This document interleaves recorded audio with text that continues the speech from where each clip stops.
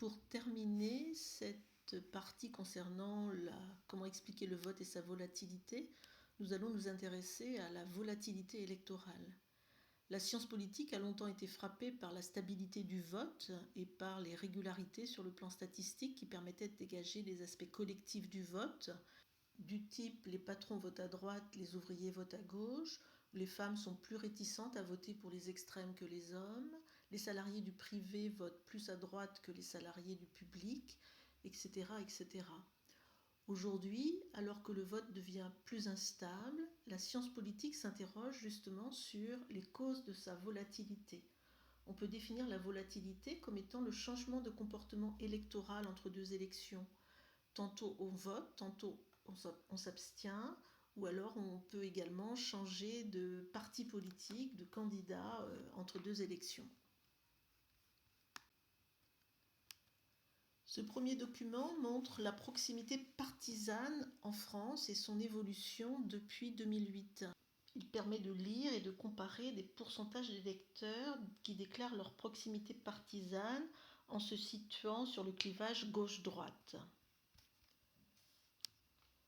L'identification partisane ou politique, c'est l'attachement affectif et durable d'un individu à un parti politique qui peut être transmis lors de sa socialisation et notamment lors de la socialisation familiale ou encore lors de la socialisation secondaire.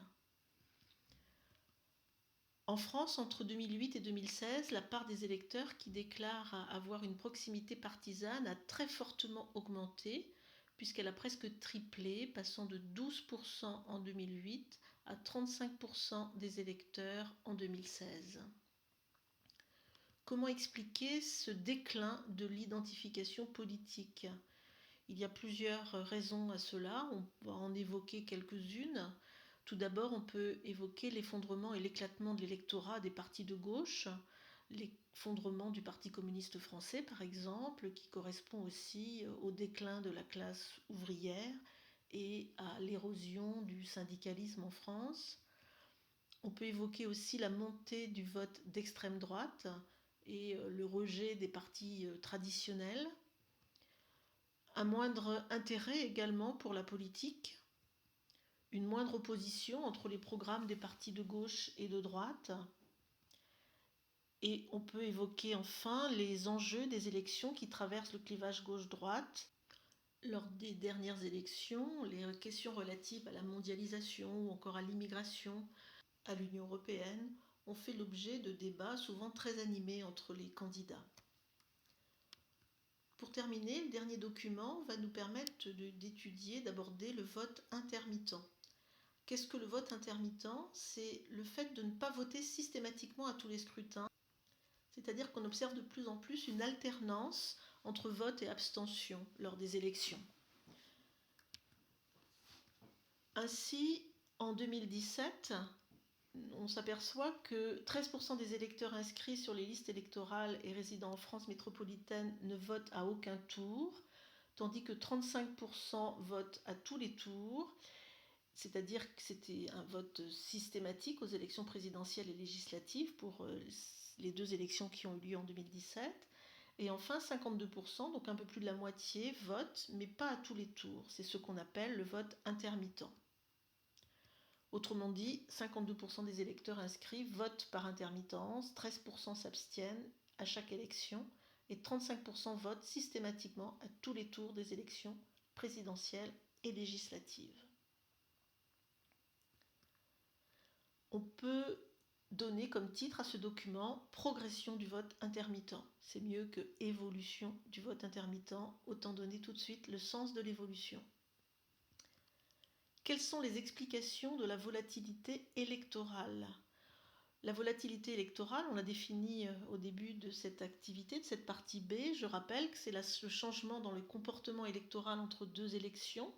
Il peut s'agir d'un changement dans la participation, soit on vote, soit on s'abstient, ou encore d'un changement dans l'orientation électorale. On a voté à droite, on vote à gauche.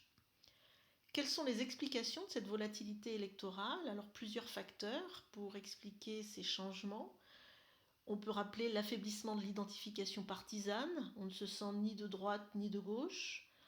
On peut évoquer le déclin du clivage gauche-droite, une moindre influence des institutions, moins de militants par exemple au sein des partis politiques, moins de syndiqués également dans le monde du travail, moins d'influence de la religion. Voter devient un acte plus individuel, plus libre, dont l'électeur est plus sensible à la personnalité du candidat. Et enfin, les variables contextuelles sont encore ici à mettre en évidence, selon le type d'élection et le type de scrutin, donc scrutin majoritaire ou scrutin proportionnel, qui laisse peu d'espoir pour les petits partis. La conjoncture, s'il y a eu des attentats, on va peut-être être plus favorable à un parti sécuritaire. Les enjeux des élections, on va voter pour des présidentielles mais pas pour les européennes. Voilà, plusieurs facteurs contextuels peuvent modifier le comportement à l'égard de l'élection. Pourquoi le développement de la volatilité électorale remet-il en question l'idée d'une influence des variables sociales sur le vote ? Eh bien tout simplement parce que l'électeur devient plus sensible aux variables contextuelles, il est mieux informé, plus éduqué que pour les générations d'avant. Donc voter ou ne pas voter, ça peut devenir un choix rationnel. 2 exercices pour terminer. Le premier pour la partie A, vote, acte individuel et collectif. Donc il faut classer des éléments susceptibles d'influencer le vote comme acte individuel ou collectif. Je vous conseille de mettre la vidéo en pause pour réfléchir, savoir si les éléments de A à F indiquent plutôt un vote individuel ou collectif, et vous pourrez voir ensuite le corriger. Donc pour les propositions C, D et F, il s'agit du vote comme acte individuel. Quand on décide de voter pour des élections municipales en raison de la proximité de l'élection, alors que l'on peut par ailleurs s'abstenir pour les élections européennes. Quand on choisit également de voter parce qu'il y a une offre électorale diversifiée et que on va choisir son candidat en fonction de ses caractéristiques propres, de sa personnalité, de ses traits de personnalité par exemple, plus que par son appartenance à un parti, ou encore quand on va être influencé par son vote, par le contexte économique, par exemple une crise grave qui peut arriver. Les propositions A, B et E, quant à elles, illustrent plutôt le vote comme un acte collectif. Son statut socio-professionnel, quand on évoquait par exemple le vote des ouvriers qui autrefois était plutôt à gauche. Le niveau de diplôme qui peut aussi être intéressant pour étudier le vote. On a évoqué dans la première séquence que le niveau de diplôme influençait notamment la participation électorale. Et enfin, l'identification politique familiale, donc c'est bien ici aussi le fruit de la socialisation, donc d'une appartenance éventuellement à une famille politique au sens parti politique, de génération en génération. Donc il s'agit bien ici aussi d'une variable collective. Pour la partie B, pour étudier la plus grande volatilité électorale, à gauche vous avez des faits qui relatent des résultats en différentes élections ces dernières années, et à droite vous avez 3 séries de causes, donc l'affaiblissement, la recomposition du poids des variables sociales, le renforcement du poids des variables contextuelles ou le déclin des clivages droite-gauche. Donc là encore, mettez en pause pour réfléchir sur comment relier les propositions de gauche et de droite, et ensuite vous pourrez vérifier avec le corrigé.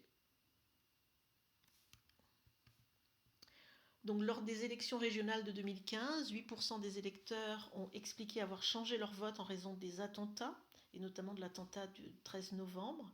Il s'agit ici du renforcement du poids des variables contextuelles. C'est bien le contexte des attentats qui a modifié ou qui a incité les personnes à voter ou à changer de candidat. En France, les ouvriers votent de moins en moins à gauche.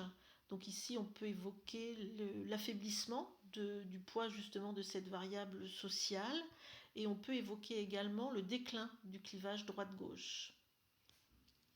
En France, plus du tiers des électeurs déclarent n'avoir aucune proximité partisane. Donc ici, c'est à nouveau le déclin du clivage droite-gauche qu'il faut mettre en avant. Au premier tour des élections municipales de 2020, la participation électorale a baissé de 20 points environ par rapport à 2014. Donc ici, c'est en raison effectivement du contexte, notamment du coronavirus, de la crise sanitaire, donc renforcement du poids des variables contextuelles. Et enfin, en France, poussée du vote extrême aux élections européennes de 2019, puisque le Rassemblement national a été le premier parti. Donc on a ici aussi un affaiblissement et plutôt une recomposition du poids des variables sociales. On peut plus parler de recomposition d'ailleurs ici, où il y a une certaine banalisation aujourd'hui du vote extrême. Et enfin, il y a également un renforcement du poids des variables contextuelles, notamment les questions relatives à l'immigration, à la mondialisation, ont pu aussi expliquer en grande partie cette poussée. Voilà pour la partie courte du chapitre Voter un acte individuel ou collectif.